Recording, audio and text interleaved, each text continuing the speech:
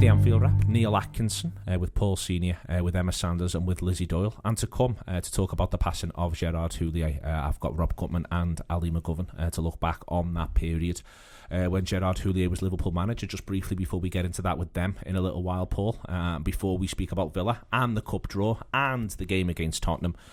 On Gerard, it's remarkably sad, it's remarkably sudden in one sense. His tenure as Liverpool manager was one which, for people who are of, and I'll use our age broadly because you are younger than me, so I'll be generous towards myself, but of people who are our age, it's hard really to genuinely quantify the importance of Gerard Houllier to our Liverpool support and growing up lives.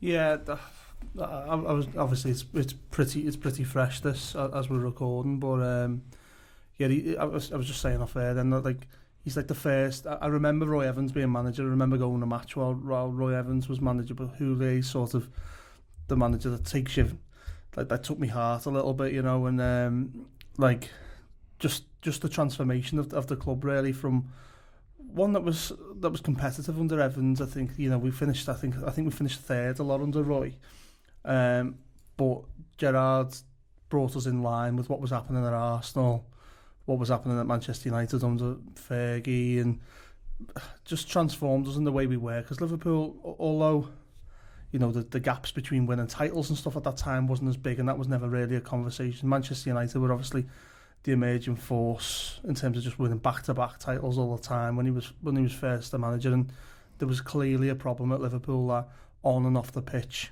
we were being left in the past, and he halted that straight away quite ruthlessly, I must say. Like, in terms of if you didn't meet the standards of what Gerard envisaged for Liverpool Football Club, you were gone. And I mean, what a journey it was with him. I think obviously 2001 was a great time, and it was my first time really of remembering Liverpool winning trophies. You know, we won the League Cup under Roy, didn't we? I think we won in my lifetime. I'm born '87, and I think we win the FA Cup in '92, do we? Something. Under Souness, yeah. And but that was it really, and to go from that to winning.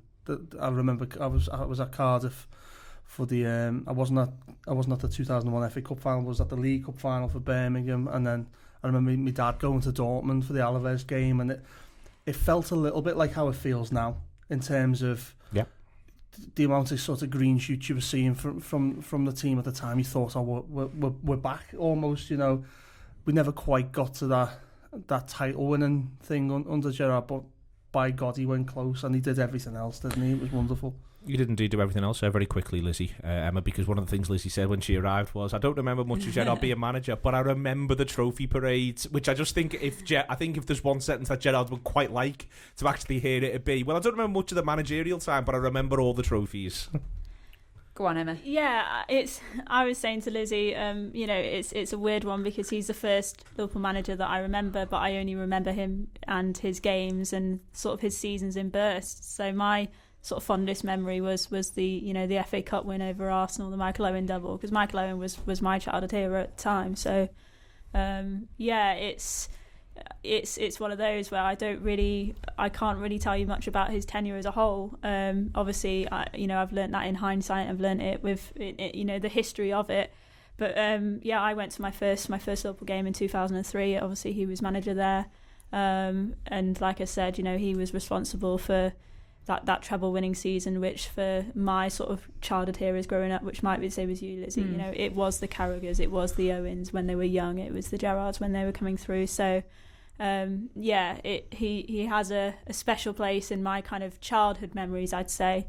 Obviously the time since then that I've been supporting Liverpool, you know, I've learnt more about kind of the identity of other managers and more about their personality, but Gerard Houllier will always be the manager that was in charge of my childhood team, and for me that's something that's really special. Yeah, Robbie Fowler, Michael Owen, all them, like, even though I wasn't like really into football around the age of 7 or 8, I knew everything that was going on, and that was because of how good Liverpool were at that time. And you just saying there about your dad going to Dortmund, I remembered it, and I was saying to Emma upstairs, my dad used to bring me back a teddy from like whole like the European aways and stuff like that, and he brought me back this boss little dog, and I called it Dortmund. And there's just I have like really like little snippets of like memories of things happening with my family rather than necessarily Houllier. I remember it like Phil Thompson taking over and stuff like that and him being unwell. And I remember when he come back, I remember watching that on the telly and just feeling like really happy for like the likes of, you know, like my dad and my brother who were going to footy, but to see him well. But you just got little memories of like, I remember singing the Gary Mack song in Spain with my mum over and over again, and it's just really, really sad news, to be honest. Just very quickly, Paul, it was unbelievable in the ground when the night he came back against Roma. Yeah. It was genuinely like there's 2 or 3 times around Houllier. I'll always remember the Leeds away in the 4th round of the FA Cup as just being like it's the away end that for me they're all measured against, and rarely is it reached. Obviously, it helps the numbers and it helped the nature of the competition. It helped it was Leeds. It helped it kicked off by 10:30 in the morning. Loads and loads of madness, but it was genuinely incredible. And that night when he came back against Roma was also similarly incredible. Yeah, I'll never forget. You know, I don't think Fabio Capello's particularly known for his warmness. And I remember how happy Capello was to see him on that night. And I mean, the atmosphere in the ground speaks for itself. The one that really got me emotionally with Houllier is the game afterwards. I remember I can't remember if it was the immediate game afterwards or not, but the first home game afterwards. And just, do you know what, I sit right in the middle of the Kop in 206, and when that flag was the big flag that goes across the ground was going over your head, and we were singing Ale, Gerard Houllier, and honestly I was in bits, in absolute bits. And do you know what, I'm trying to think, what year is that, Neil? Is that 2000, is it?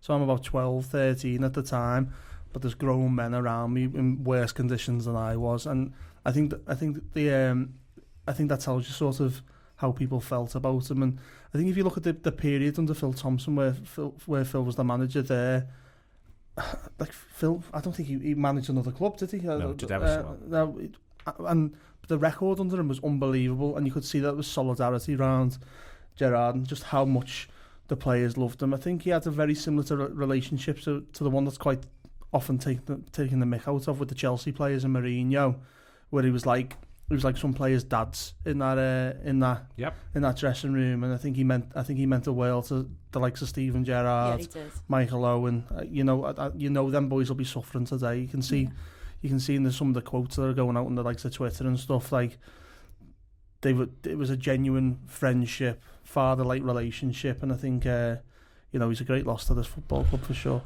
He is indeed. We'll move on and we'll talk about Fulham 1, Liverpool 1, and we'll break that one down. As I say, we'll get to the cup draw where we've got Leipzig, and we will have a chat about Spurs as well. And as I said, there'll be more on Houllier with Ali McGovern and Rob Gutman. That is to come very, very soon indeed. But we will start with Fulham 1, Liverpool 1. And Emma, Liverpool, very poor feels like an understatement for what Liverpool were first 30. It's amongst the worst half an hours of football they've played since the start of the 2018-19 season, frankly.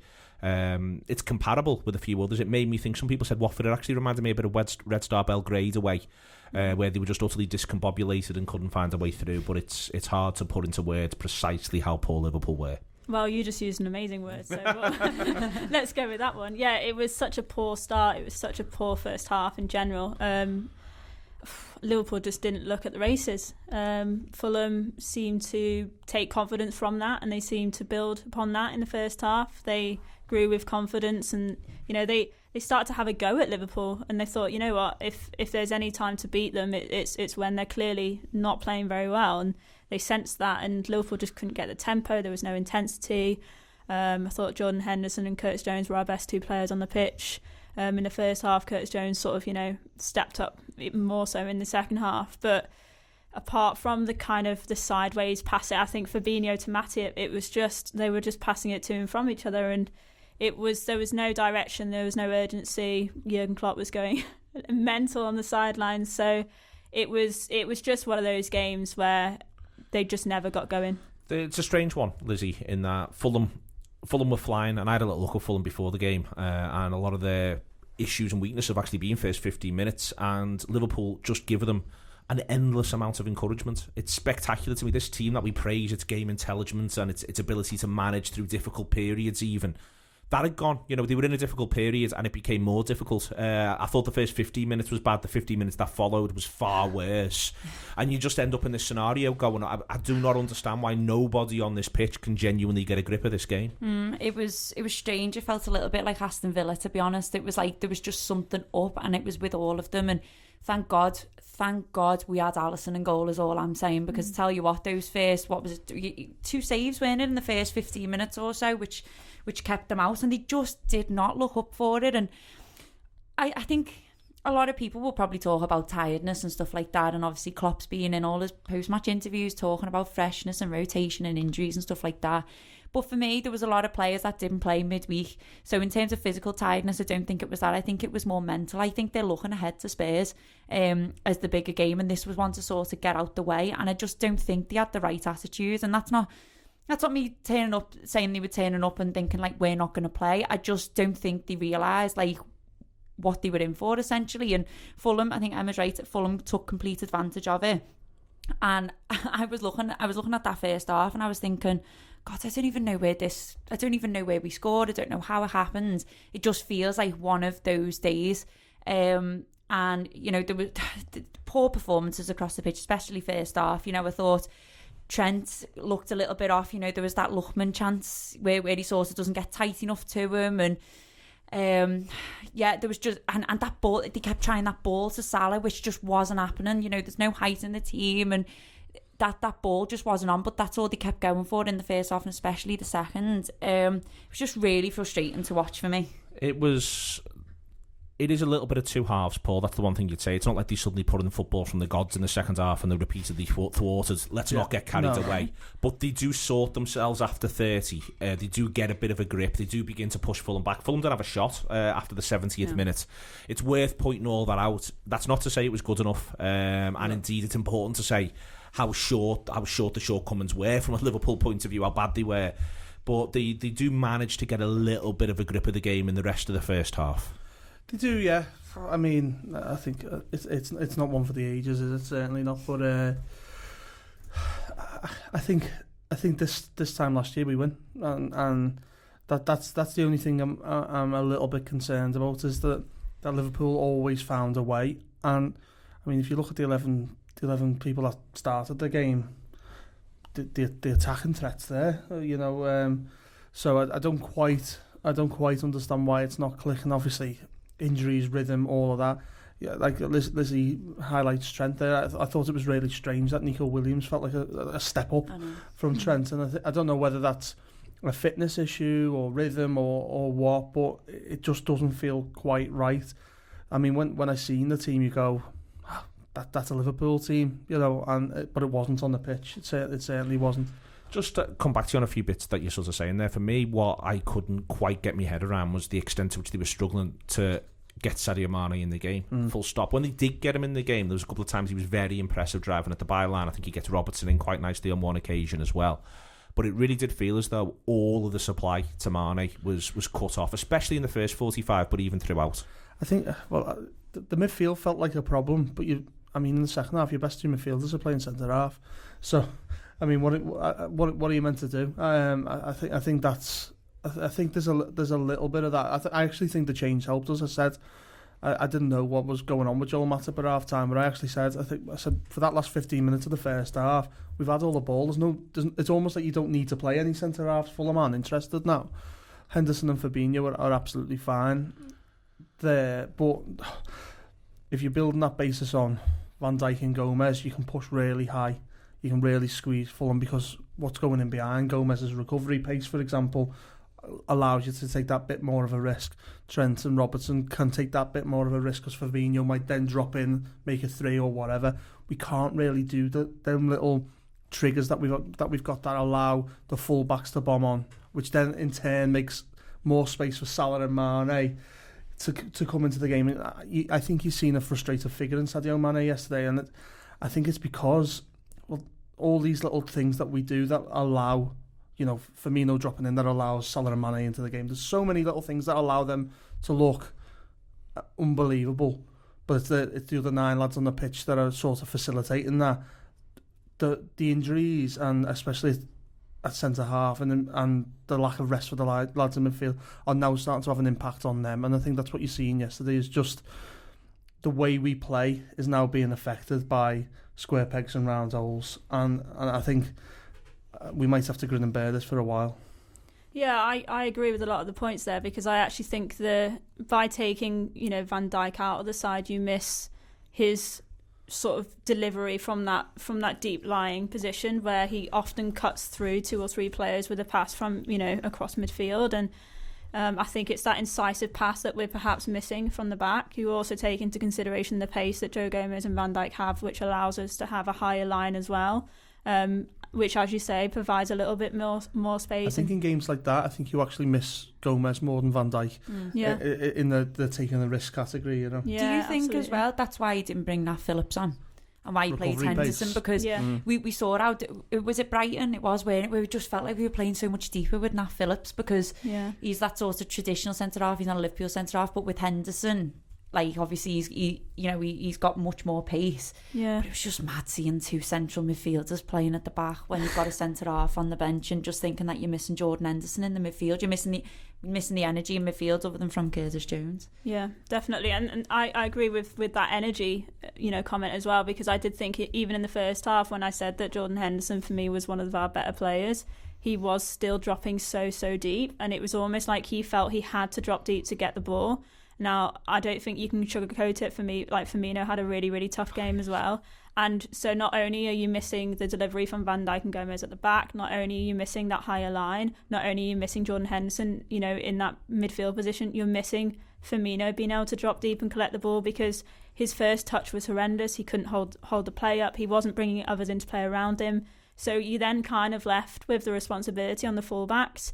And as we said, you know, Trent just wasn't at it either. So Robertson ended up, for me, taking too many risks, and then he was then getting caught out of position, and he was keeping people onside. So, you know, it was almost like a knock-on effect of all these different things coming together. One of the things I noticed that happens early, and I think it takes us the whole of the half to sort of recover from, Paul, was Loftus-Cheek. Loftus-Cheek goes and plays in the gap between Robertson and Fabinho. He gives Fabinho a big headache, and that's why Henderson ends up dropping and swaps sides. So Henderson comes and plays right in front of Loftus-Cheek. Whereas if that is Van Dijk, or if Gomez is on the pitch, you know, I like Fabinho an awful lot at centre-half, and I actually think there's a long-term future for him in the position, to be quite honest. But he's going to have to get used to what you do when the lad who's 6'4" comes and stands on your toes. It's hard, but that's the thing that needs to happen there. And we end up moving Wijnaldum, who's got that lovely relationship with Robertson and Mane, moving Henderson, who's just much more comfortable pulling more to the right than to the left. So we move everything to deal with this one problem. And as I say, it took us the whole of the first half to get beyond it. Well, your sort of discombobulated word is a good one, in terms of summarising everything that was going on. Liverpool were discombobulated. You know, it was. I can't believe I've said that twice in the show. You know, there's knock-on effects all over the pitch in terms of how we're shaping up, and Fabinho's got to deal with it. You know, if that's a midfield battle, you'd imagine Fabinho versus Loftus-Cheek, he wins it all day. It should be the same whether it's at centre half or not. But he was off the boil as much as Firmino, at least for the first half. You stop Liverpool, you stop the full-backs. If you look at the Manchester United game that we drew last season, Solskjaer goes 5 at the back, completely nullified our full-backs, and Liverpool looked like nothing compared to what they normally do. Sorry, Neil. Just the one thing that came into my mind yesterday, and it was a phrase from early on in Klopp's reign, was when we played Swansea, and I can't remember the name of the manager Swansea had at the time, but he said about the Formula 1 car in Carlos Caraval. That guy. He said about that, and I thought for the first time since Coutinho left, it was that type of performance where Liverpool were just knocking it round, looking for something to happen, and it didn't look on. The thing is, in that game, Coutinho can put a ball from 30 yards in the top bin and you just win 1-0, but that we don't really have that. Liverpool make it happen through constant, like through their own identity, you know, and it's missing at the moment. It's worth noting, Emma, every European side, bar Leicester in the end, look very, very flat indeed. Leicester have a big first half. They're not brilliant against Brighton, but they very much get the job done and they can cruise. The Manchester derby was startling to me for the lack of legs last 20 minutes. It didn't have a lot of urgency before then, but last 20 minutes I was amazed people were trying to put it down to a lack of fans. Would fans help? Of course they would, but those players were just trundling around the pitch. Tottenham only come alive really at 1-1 against Palace and give it a bit of a last heave. Chelsea utterly frustrated by Everton. We are going to be watching a fair few football matches like this, I think, all of a sudden. We're going to have to... I thought the standard full stop across the league over the course of the weekend, and it isn't just because Liverpool didn't win. If we'd have snatched it 2-1, I'd say the same thing. These are football teams who just do not look themselves at all. Yeah, I completely agree, especially with the Manchester teams, because City's, for one, that we've had discussions about this at work. It's just, they're a good footballing team. We know this. There's, everyone knows that City can play football, but they've become boring to watch, and that's, I hope I'm not being disrespectful there. It's just everything feels a bit slower these days. Manchester United, they've got so many, attacking players in their side, and yet they lack so much in terms of, entertainment. And yes, they can turn it on in a couple of big games and in European matches against PSG, etc. But they've not really done it for me at all. Tottenham have had a great start to the season, but yeah, I said on a podcast, with you guys last week, that I'm still not convinced by them. There's still something missing there for me with Tottenham. So I think it's going to be a really interesting season. I think this is why loads of people were saying it's perhaps going to be a bit more wide open, because for me, going into the season, taking away coronavirus, injuries, etc., just looking at teams based on their performances last season, Liverpool was still miles ahead of anyone for me. What has now come into play is you've now got to take into consideration the injuries, the fixture schedule, the fact that everything is just not normal.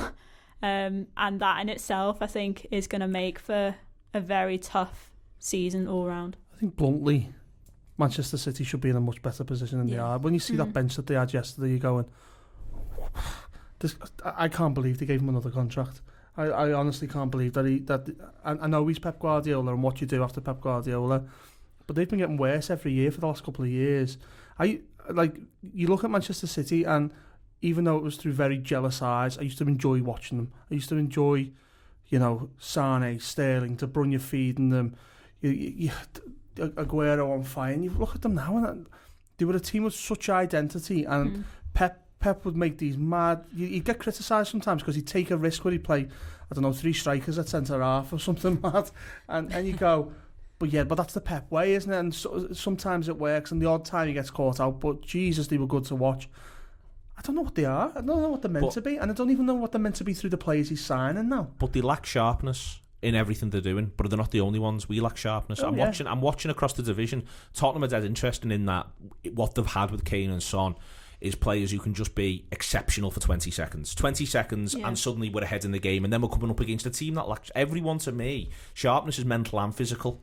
And what I'm looking at, Paul, is I'm looking at footballers who I just don't think look, and it isn't just Liverpool ones, like I say, it really isn't. It's why when you get to see genuine sharpness, you're actually taking, when Grealish is suddenly on it for 15 minutes, you're like, wow, no one else is doing this. I think it's really interesting that, to me, that's the word that's lacking at this point. It's sharpness from a lot of footballers, not just ours. It may well prove that the manager of the Champions isn't an idiot after all, when he's been banging the drum about the quality of the league. That he's been going, you just watch what December's going to bring, and we're only just in it, and it hasn't really kicked off yet, and it's about to. I don't know what these Christmas fixtures are going to look like. I think you're talking about the best league in the world. That if you're a fan of, I don't know, Bayer Leverkusen or Sevilla, and you're sitting watching your English football, and that's, you're watching the Manchester derby on Saturday night, and that's the glamour tie from the best league in the world that weekend, you are hugely underwhelmed. That's not the product the Premier League should be putting out, and it's what they're making of it. I must say, this is the season I've enjoyed least in my time watching football. I don't think anyone's having a good time. I think, sorry, go on. No, I was just saying, I don't think anyone's having a good time, because we're not seeing good football matches. That Liverpool versus Fulham, Liverpool should have a gear, and whether it's a late goal or whatnot, where Liverpool just overwhelmed Fulham, or there should be Manchester City versus Manchester United. That should be a feisty game. Yeah, and yet derbies aren't what they used to be. But Manchester United have got a point to prove. Manchester City are behind Liverpool and Tottenham in the title race, and it should have been a fight, and it wasn't. It's so placid. It's boring. I'm really. It has to change, and I'm looking forward to, once we get back towards the latter stages of the Champions League, when things go back to normal, hopefully the quality comes with it. I think it's really important to remember the context around it all, and I'm not trying to do a red tinted glasses thing. I'm really not.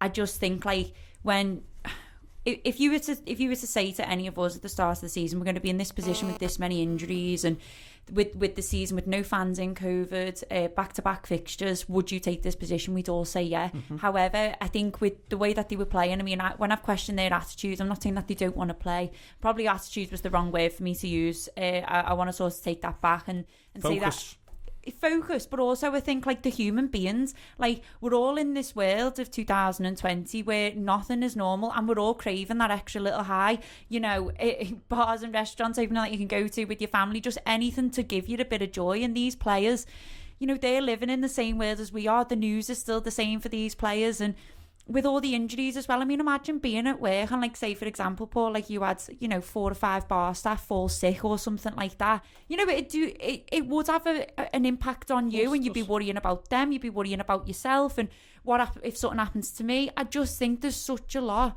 hanging over their heads at the moment, and they are only human, and I think it is hard to shake it, even though it is Fulham and we should be at the race, we should be better. I just think they've got a lot to think about. If you look back to the Liverpool versus Leeds fixture at Anfield, the one thing that was bloody intense. Yeah, you know, it was intense. Both teams going at it, full of energy.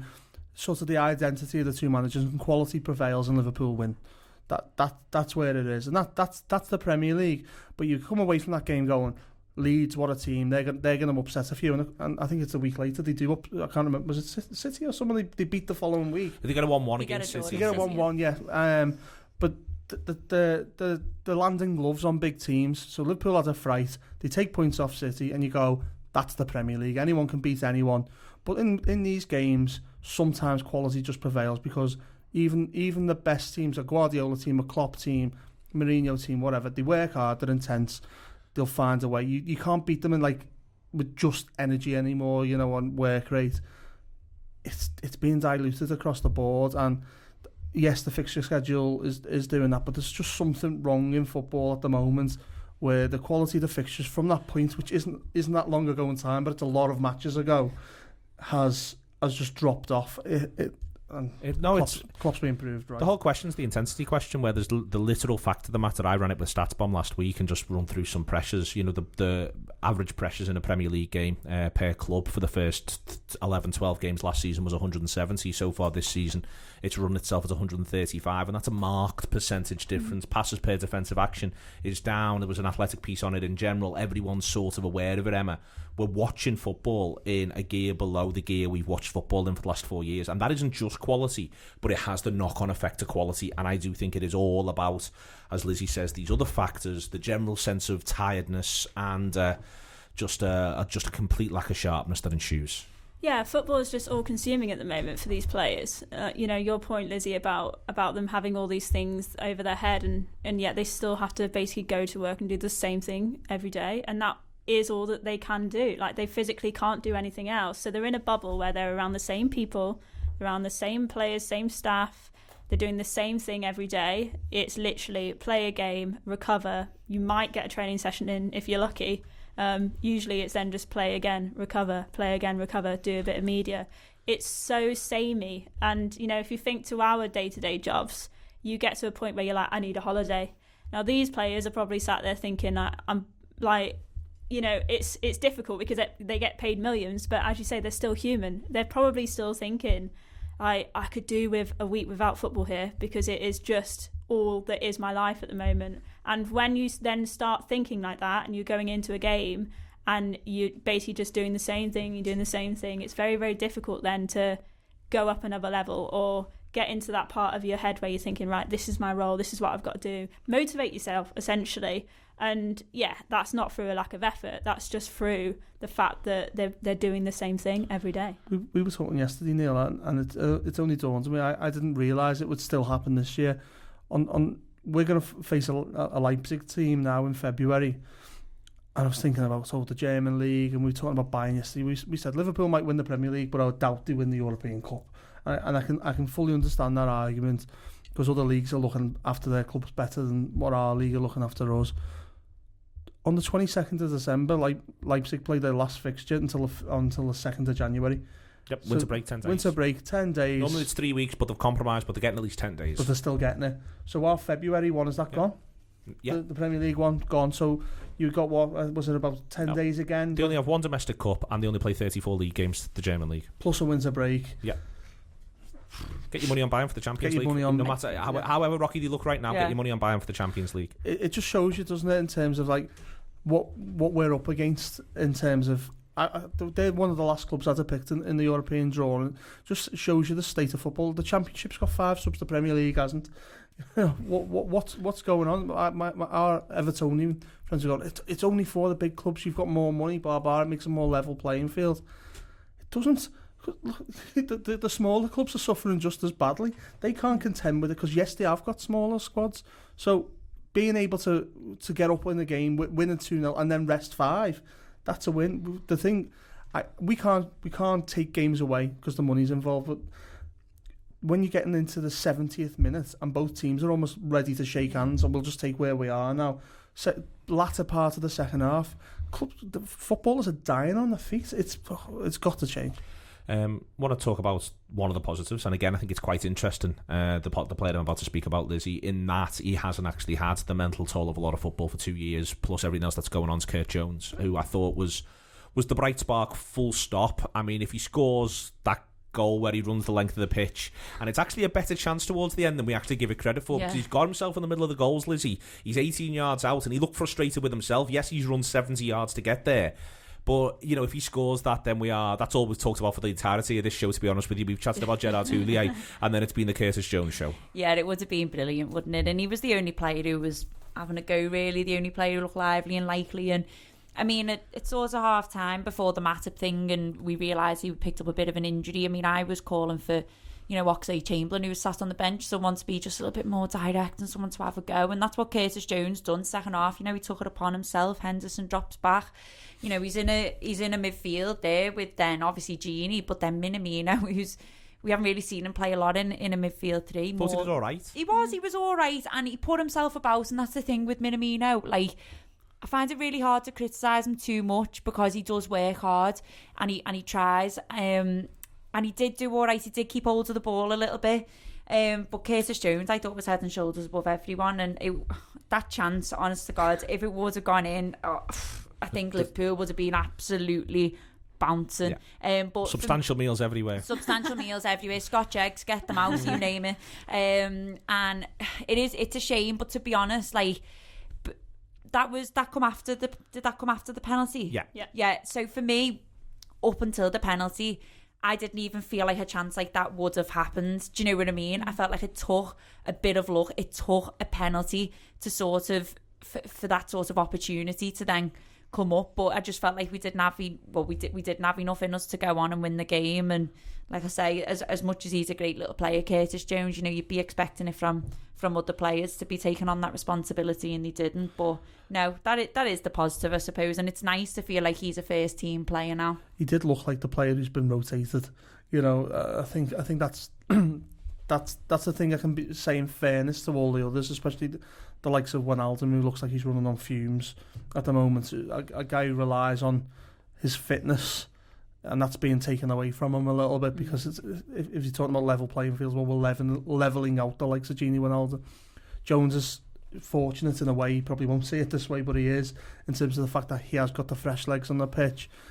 I'm not taking anything away from him. I thought he was great. I can't believe once he got into that position, a lot of that technical ability hasn't slotted, because he can definitely do. He's got a wand of a right foot, and it was a real shame, because it would have been a tops off moment, wouldn't it?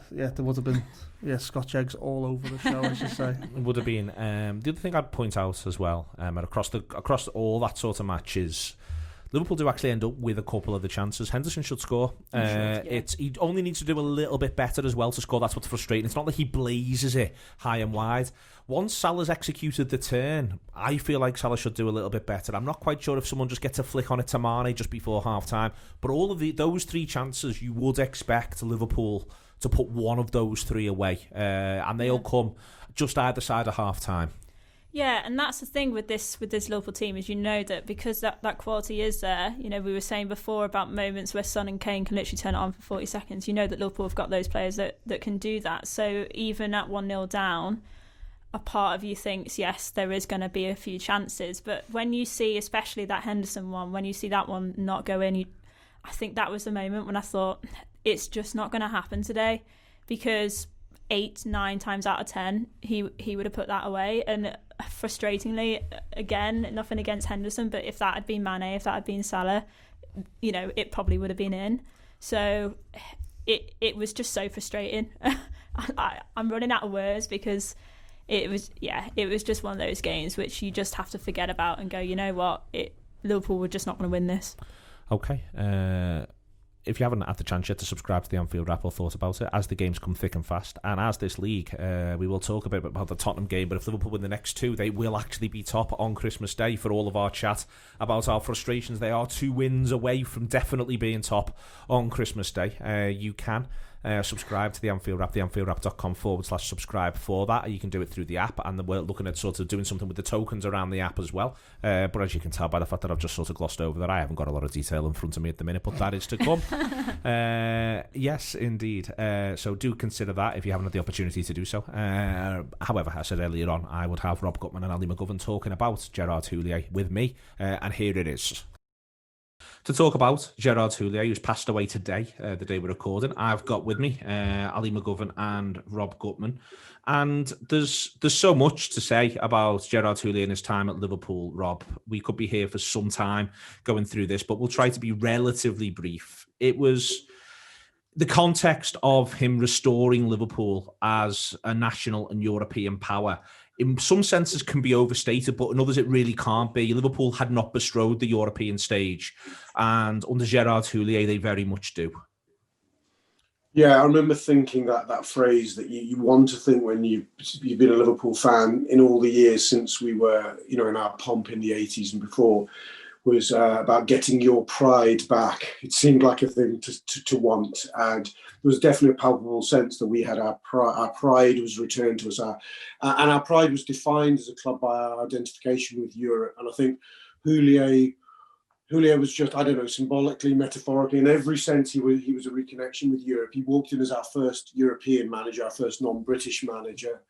I have to say, I personally felt a great connection with the man. There are celebrities we all, I don't know, lament the passing of. I wasn't pleased when David Bowie went, and many others, too many to name. But some you felt almost, well, I did. I felt I knew him. I really did. Probably a delusion, I'm sure, but I felt I knew the man. And I related to the fact that he was a sort of a stranger in the land of Liverpool and Scouse people, and yet embraced it wholeheartedly. Didn't even have to try. He felt naturally part of it. And I felt the same, but also a sense that you were always something of an outsider, and that's no bad thing. And I think I just related to him.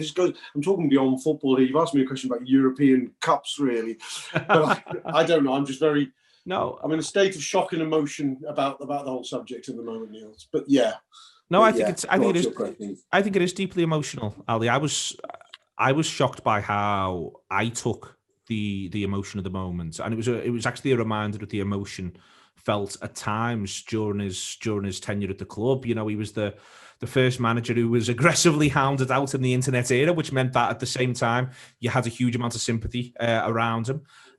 He was a manager who did everything that he did for the club, and also at a, without sort of saying too much about you and I, but also at an age that for us was very, very formative. And I've interviewed the last 6 Liverpool managers with the exception of Hodgson, and the only one I was nervous for before, during, and still afterwards was Houllier, because it was like interviewing your headmaster or your dad. Yeah, he did have that kind of like teacher air, and famously had been a teaching assistant at a school in Liverpool, and had gone to Anfield in the 60s, so kind of knew what we were all about, really.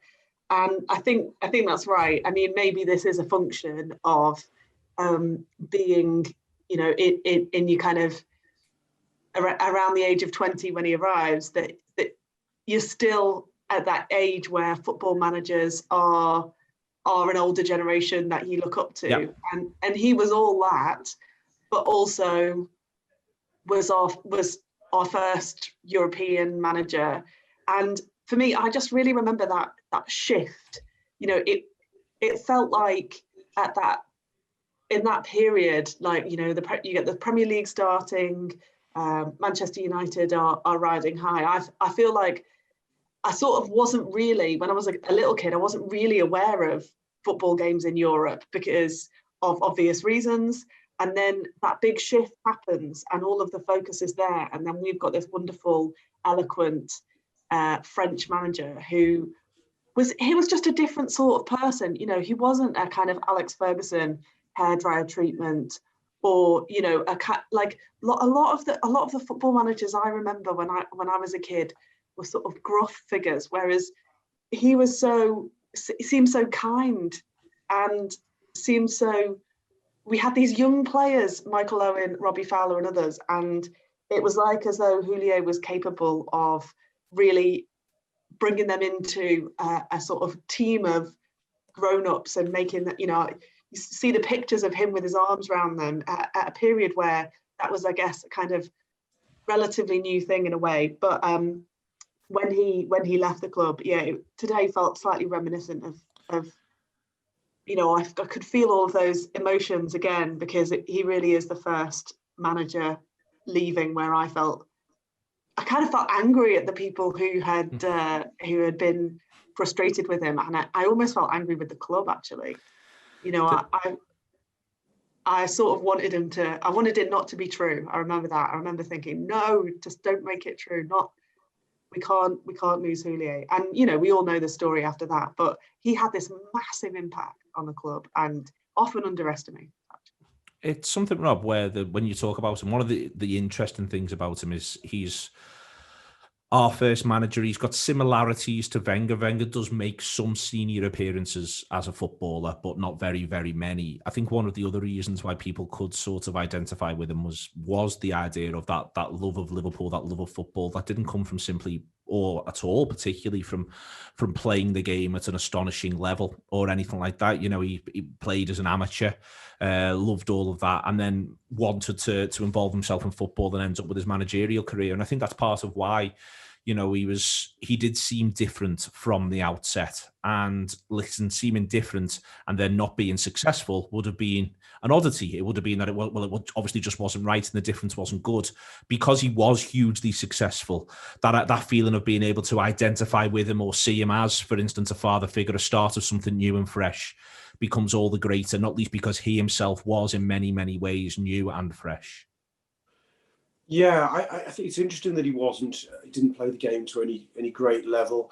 I think it provides a great connection with the supporters' mindset, in a sense that none of us really envisage ourselves as footballers, because they're superhumans, aren't they, in a sense? That there's a level of talent none of us has really had any right to aspire to, definitely not me.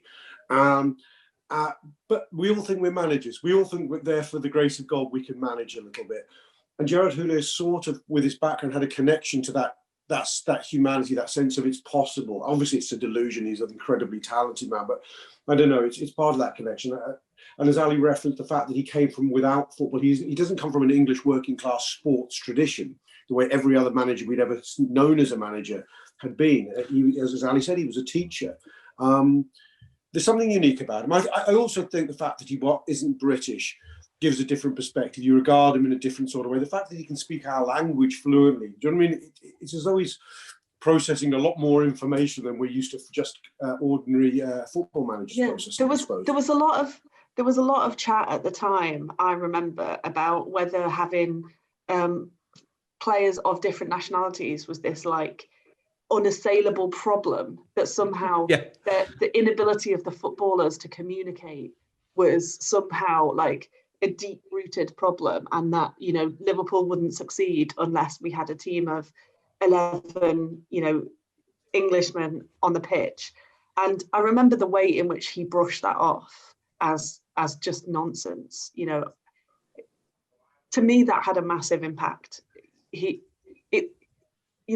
talk now about the kind of the politics of football players and football managers in a way that I don't think we did then.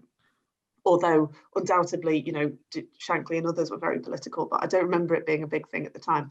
He was quietly political about the way that he batted off that kind of parochialism.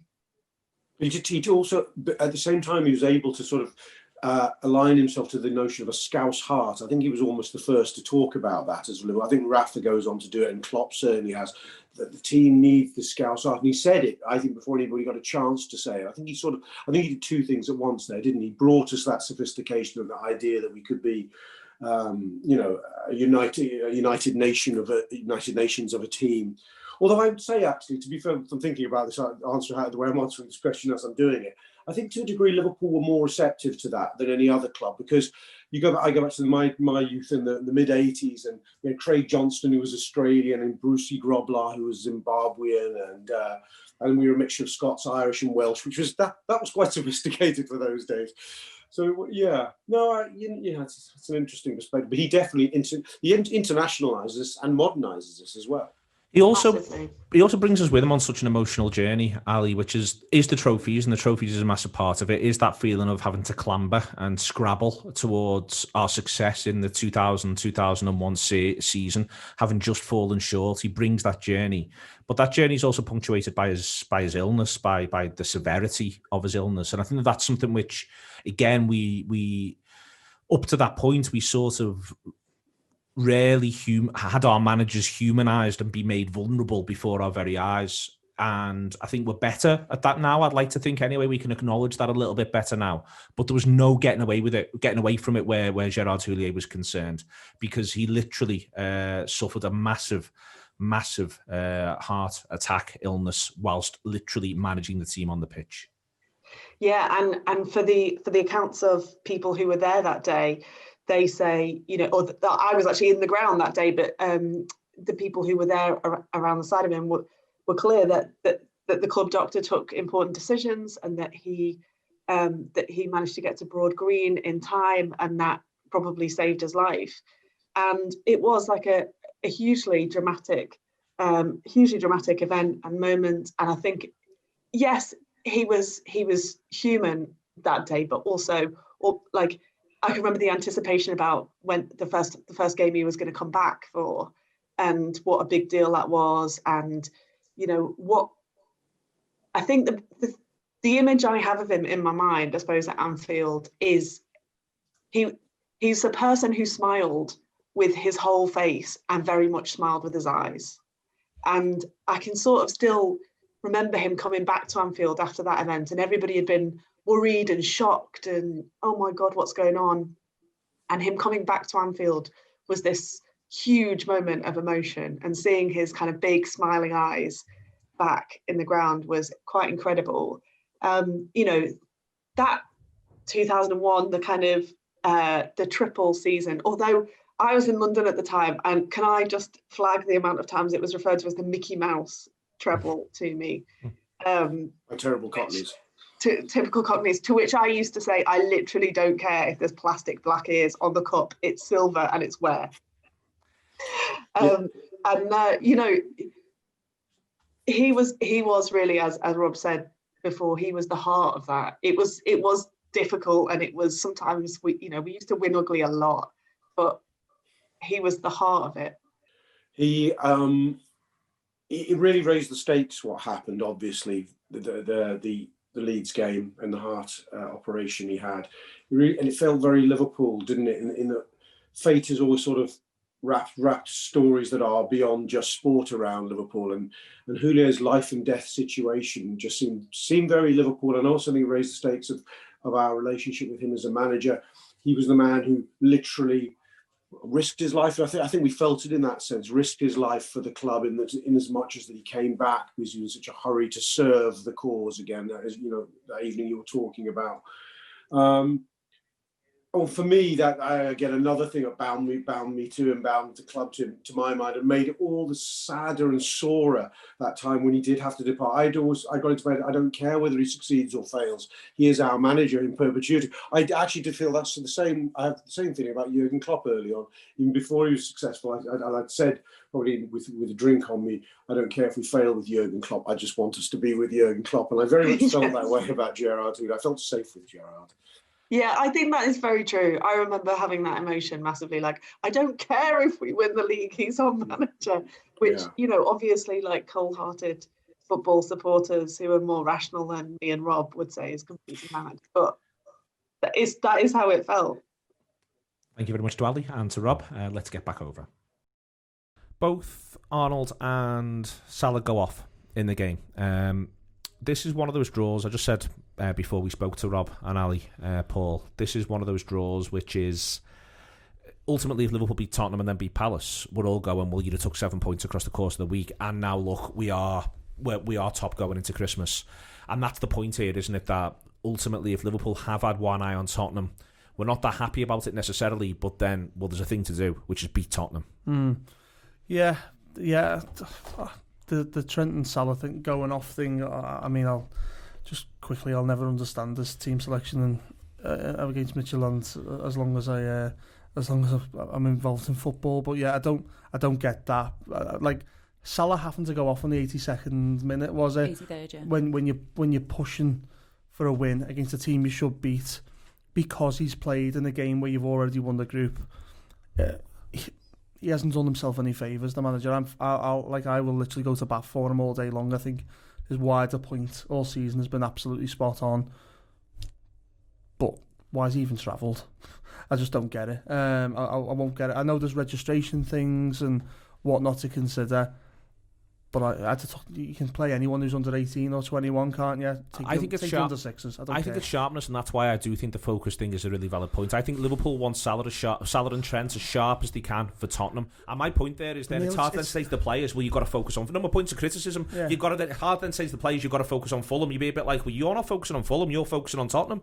If you know what I mean. Like literally, I think that's what he's done. I think he's wanted. I think the work back from how do I get the 11 I'm probably going to have to pick for Spurs as sharp as possible.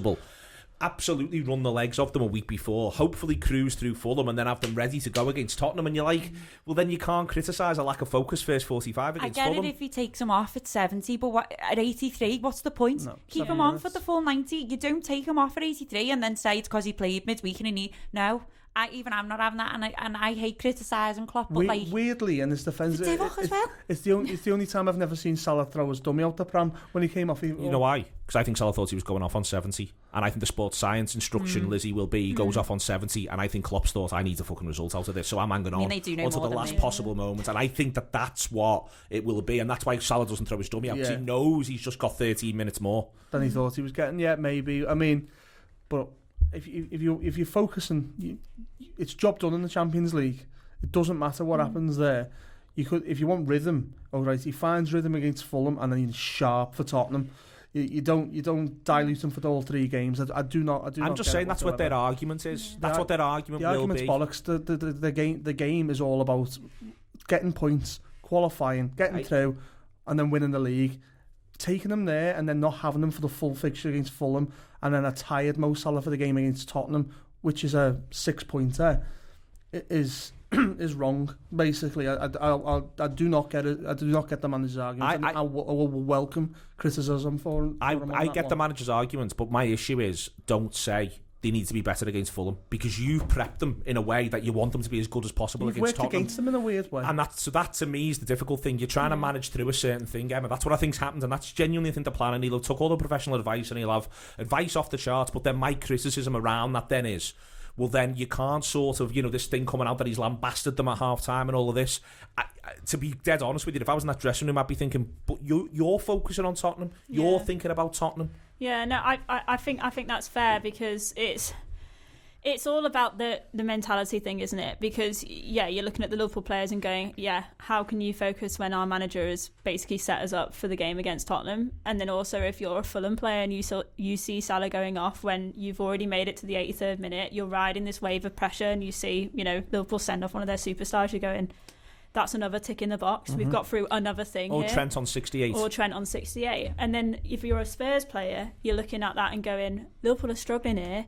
They were that sort of out of ideas that they brought on Divock Origi for Mo Salah. So not only is it, are you looking at the Liverpool players thinking that's done them harm, you're looking at the Spurs players and you're looking at the Fulham players and think that's actually helped them as well. The one thing I would say is every December we have a team selection that he does that we all go berserk about. So it's worth it. That wasn't a mad team selection, was it? That's the thing. It was a strong team. And I mean, Midtjylland into this and into Spurs. I mean, across the course of the 3. I just think, right, win that Midtjylland game. Divock Origi comes off as a sub. He starts the game and he comes off. Why isn't he playing 110 minutes instead of Mo Salah? Like, I just don't get it. Like, I kind of understand Trent in terms of match fitness. Like, I actually do get that. No arguments on that one. No arguments on Trent. Mine is on Salah. Like, do not bring Divock Origi off and keep Mo Salah on for 110 minutes in a game that does not need to be won. Okay, maybe for money. Now, we could be going even further and deeper. We don't know if he's had instructions from higher above, which is, you get, what is it, 2.5 million to win a game. We need the money. Who knows? All we know is what we see on the pitch. And for me, Mo Salah shouldn't have played 110 minutes. But then I think, I know you're saying, okay, could have been promised 70 minutes and okay, gets an extra 13, but I'm sorry, I think Mo Salah would have been fine staying on till 90. The thing is, we didn't win the game.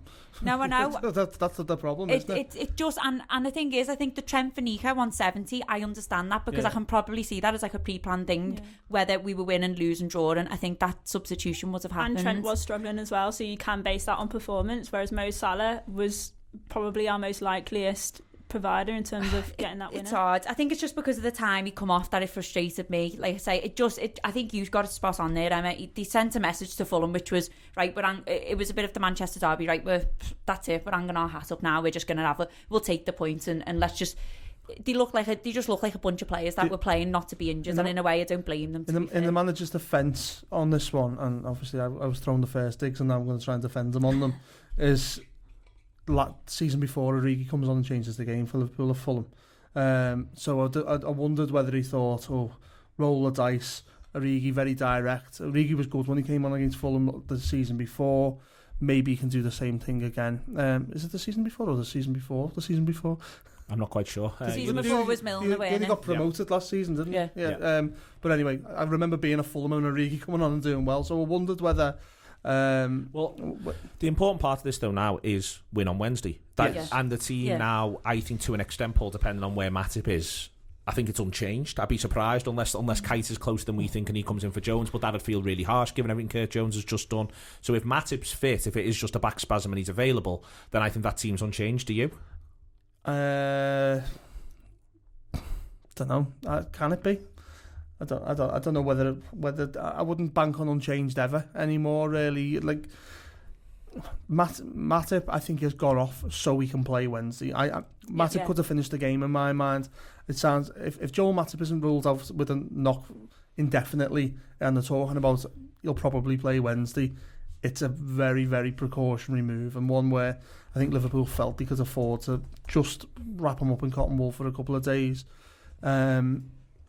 Unchanged. There's not much you can do, is there? Can you make an argument for Oxlade-Chamberlain starting with someone else needing a rest? Like, I don't know what his conditions like. I don't know what his form of training's like. Well, I just don't think you can bank on unchanged. I mean, if you said to me that's the team you're going to put out in the week, are you happy with it? Absolutely, because I think it's about as strong as we can be. It wouldn't surprise me if Phillips started as a traditional centre-half in the week. It really wouldn't surprise me, and trying to bolster the midfield a little bit. I know Mourinho, no matter what condition Liverpool are in, Mourinho will be uber cautious. You will not want to get beat. That's as you've heard Lampard on the old BT clips when he was working there talk about it. In these big games, Mourinho's like, we're running this race until the end. You do not get beaten, get knocked out of position. So I think Mourinho will be like 9 at the back on Wednesday. Yeah, I mean, I would go unchanged. However, I've just had a random thought that perhaps Jordan Henderson playing centre-back for the half against Fulham, was that perhaps an experiment looking at what his relationship with Fabinho might be like as a potential centre-back partnership against Spurs? Because we're talking about Kane and Son having that pace, and we mentioned it before about Henderson having that recovery pace, which Nat Phillips doesn't have. So was that Klopp potentially looking at how that might work? I'm not sure. I'm not convinced by it, but I do think that could be an option. But for me, I think he goes with the same lineup. I think you have to. I don't think there's any real options in midfield. I think Oxlade-Chamberlain, I don't think he's ready to start. Who knows with Naby Keita, but I wouldn't start Keita ahead of Jones anyway. Are you worried about Tottenham's height? That would be my thing, is set pieces. Nat Phillips is good in the air, isn't he? That's my one where the only change in my head I can think of, I mean, there's not many possibilities anyway, really, is there? But the only one I can think of where he might go, yeah, we could do with some a traditional get your head on the ball sort of centre half, which isn't really his style anyway. But I wouldn't be surprised if Phillips starts on Wednesday. Would not. The only one for me would be Chamberlain, but I think you're right, Neil. I think it's too harsh to drop Curtis. Now the thing is, like, it's a shame, isn't it? Because with Jota, after the Firmino performance, where like it did feel like everything broke down through him, you'd be going, right, well let's put Bobby on the bench, have him to come on and start Jota. And it feels weird to not have the Jota option, I think. Like, do you know what I mean? Not saying that we've been spoiled as such. What about Kelleher? We have bring Kelleher on. Honestly, honest to God, I just feel like we've got so used to now, after so long having a front three that we've relied on so heavily and having a drop off to Divock, we've got used to it a bit this season of having a front four and one which can interchange and you don't worry. And I just feel like, as much as they're brilliant, the front three, and they'll be fine against Tottenham. It's going to be sod's law, isn't it, that we've had a terrible game against Fulham. We'll probably come and smack Tottenham and teach them a lesson. Do you know what I mean? It's just the way. I just think, like, Firmino just isn't as sharp this season, unfortunately. And, you know, I love the fella, but, you know, criticism where it's due, and this would have been a perfect one for Joss to come in, but we haven't got him, so I'm going around the houses to say I think we're going to be unchanged. The one thing that wouldn't surprise me is if he'd consider playing somebody else in at centre half in order to play Fabinho at the base of the midfield. I'd like to that. Give him the job of Kane. I'd like that. Yeah. Because this thing where Kane keeps dropping deep and moving into a certain zone, the idea that he's just Fabinho's problem all match, because what they're trying to do is they want to pull the centre half, make the running behind, etc., etc. That's what they want to do. So you almost play Fabinho as the deepest line midfielder to almost play him as a centre half, if you know what I mean. You can just follow Kane around in that position, can't he? Whether if Kane's spearheading as the number 9, then Sam. But if he's dropping in that sort of Harry Kane way to be the number 10, making things happen, letting Son run on, well, you're not exposed, then you've still got your back four, haven't you?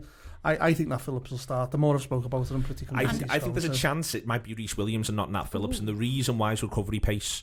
What you don't want is you don't want Phillips going backwards, and you don't want him also setting your line unbelievably deep, unless your plan is because you're trying to create space for Tottenham to move into to get them out, and that might be a plan. Yeah. But I think you wouldn't want, for when they do get in, you don't want Phillips watching Son pull away from him. You want Reece Williams, who at least has got a fighting chance of being able to catch him. It's good for your game plan as well, isn't it? Like, if you're starting a Phillips or Reece Williams this week, because he didn't really come to me, I had Reece Williams and Fabinho as your deep line midfielder. If you do need to change things up, you can take off Phillips or you can take off Reece Williams now, and you can drop Fabinho back and bring on another option midfield, which I think is more useful than trying to think, well, we could do with Fabinho in the second half moving into midfield and bringing on a centre half. Do you know what I mean? Yeah. How far are we off with some of the others, the likes of Shaqiri and whatnot? What about James Milner? Because I wouldn't be surprised if he comes in, into the picture for this. We know game. that Keita, I think, is out. Obviously, Tsimikas and Jota are both out. I think Milner's getting closer, but obviously the press conference won't be till tomorrow. I don't think he'll rush. I don't think he'll rush anyone back. No, not for this fixture. I'm just thinking December in general. Like, there's so many that are close that might save our arse. It's unbelievable. Well, I think that big gap between the 19th and the 27th is going to be massive for them, and that's what I think you'll see them back for West Brom, Newcastle, Southampton, some sort of chain in amongst that. And then if there are any that aren't back for Southampton, well, they're not playing against Villa in the FA Cup, and then you've got the next sort of break to get them back and get them back in. Other thing is the Champions League draw. If you haven't heard it, it's Gladbach versus City, it's Lazio Bayern Munich, it's Atletico Chelsea, it's Porto Juventus, Barcelona Paris Saint-Germain, Sevilla Dortmund, Atalanta Real Madrid, and within there Leipzig versus Liverpool, Emma, and it's not the one I would have chosen, but it wouldn't have been the bottom of my list either. I think that Liverpool can expect an intense game from Leipzig. We all don't know where we're all going to be in February and March, to be fair, physically, etc., etc. But I would expect Liverpool to get through. Yeah, me and Lizzie were saying beforehand, Leipzig was probably 3 or 4 on our list of teams that we probably didn't want. So it's not an amazing draw, but look, it's the last 16 in the Champions League. Every team's going to be tough. There was tougher teams that we could have got, so I think it's fine. I think it's fine. It's going to be one of those games where Liverpool can't play like what they did against Fulham, I think, because they will get caught out by Leipzig. But I think if Liverpool play 85% onwards of their capability, I think they'll be absolutely fine. It's one, Paul, where you are looking at a side that shipped 5 to Manchester United at Old Trafford. It's worth remembering that whilst they've just conquered United 3-2, and they are 2 lucky goals for United towards the end of the game, But they do concede those lucky goals. They look nervy to me as that wore on. Yes, they go relatively deep in the competition last season. It's ever so slightly circumstanced. Yes, the manager's a young up-and-coming prospect who seems to know what he's about, but they shipped 5 at Old Trafford, and that's one of the things that's in the back of my mind. Yeah, I still hate that gobshite from when he was at Hoffenheim. He didn't half rub me up the wrong way last time round. Loads of people have said that. I hate him. Yeah, I've had a proper grudge against him since. But no, he's clearly a talented manager, and I think a big club. Well, he's at a big club, I suppose. I know they're a new club, but obviously Liverpool have got this relationship with Red Bull as well, which makes it a little bit of an interesting one. It's 2 Red Bull clubs year after year, isn't it? After Salzburg this time last year. So yeah, I think by then we'll either be absolutely broken and it'll just be, you know, me and you playing centre half, Neil, roll back the years, or you'd imagine we'll be in. I'd like to think you'll be in a better shape by then because the fixtures do sort of sort themselves out a little bit. Liverpool are better than Leipzig. That's the thing to remember in this. Yes, it's a tough draw. Yes, Liverpool are going to have to be competitive, but what last 16 Champions League game are you not expected to be competitive in? So it doesn't really matter if you win the group anymore, does it? That's the thing I was looking at from that draw. Is I didn't really fancy anyone. I would have liked Mönchengladbach in terms of the romance and the relationship Liverpool have got with them, and that sort of that ongoing thing that we've got there. That would have been nice. I'm sure they would have felt the same, although would heighten the chances of going out. Lazio for Lucas and Pepe. Yeah, that would have been nice as well. But Porto would have been the pick of the draw, really. I think, wouldn't it? I think so. But listen, they're all there because they deserve to be there. I don't think any of them have fallen off a cliff that are in the last 16 in the domestic leagues either. So. I mean, I'm much happier with our draw than I know the likes of Chelsea will be. That's a really, really tasty draw. Yeah. Obviously, Manchester City got the bye that they wanted. So yeah, it is as expected. It is. You know, it is always going to be tough, Lizzie, but it's the good thing to remember about it, and the thing that we all need to focus in on is that it is something to look forward to. Yeah. We know Liverpool are going to be playing a big match in February and in March, and that matters. You know, seasons are here to be elongated and to be enjoyed insofar as that's possible. Now listen, it looks as though the championship, the league title, will be going all the way into March and April. I think if Liverpool had won yesterday against Fulham, there'd have been a pathway to think that it was possible for Liverpool to break away. I don't see anybody else breaking away, so I think it's likely that come February and come March we're going to be hunting down the 2 big trophies. I should absolutely 100% think so. And I think as much as we're talking about the injuries now and it all feels a bit relentless, like February and March, we could have players back and we could have a decent squad. I mean, touch wood as much as you want and you can if you're listening. But like the thing is as well, you know, I think it's been really hard this time round with the Champions League because of the nature of the group of playing pretty much every week back to back. You know, that doesn't usually happen. Whereas I think you said it before, Paul, before we started, it sort of goes back to normal again. With the last 16, it's a bit more routine. You've got more time in between the games. You know, you can properly plan and prepare rather than just think, let's get through it, don't get injured, what's the next game? I don't think that mentality sticks with them, and they can treat, you know, both games as individual games without hopefully thinking too much about what's either side. That's it, isn't it? I mean, when you get to that sort of latter stages of the Champions League, you almost get disappointed because it's game after game after game after game, and then you go, oh, we haven't got a game for like 16 days at this point. What? Like, it makes you wonder, like, who does these calendars? How does that happen when you're playing? Well, Liverpool played a game every day in a period last year, you know. So yeah, I don't know. I think by then, I mean, Van Dijk will have had 3 months training by then. Fans might be back in as well. Do you know what I mean? It's a big thing. Every chance it's played in front of a lot of humans. That'd be nice, wouldn't it? Imagine if we get to go. It'd be a lovely symmetry for the arrangement. Liverpool's last game in front of a full Anfield was indeed the second leg of the last 16 of the Champions League. It would be lovely if the second leg of the last 16 of the Champions League also saw a full Anfield. If you haven't subscribed to the Anfield Wrap, I mentioned it before, theanfieldwrap.com/subscribe. So many different types of shows right the way through, looking back, looking forward, and some of our sort of mad variety as well. If you're on the £7 audio stuff, do check out the video stuff. We're having a great time doing the final word and doing the Friday night night, and the little nugget things that come before and after the match as well. Do check them out. Thank you very much for your time today, and thank you very much for Paul's, for Emma's, for Lizzie's, and for Rob, and for Ali. We shall see you all later.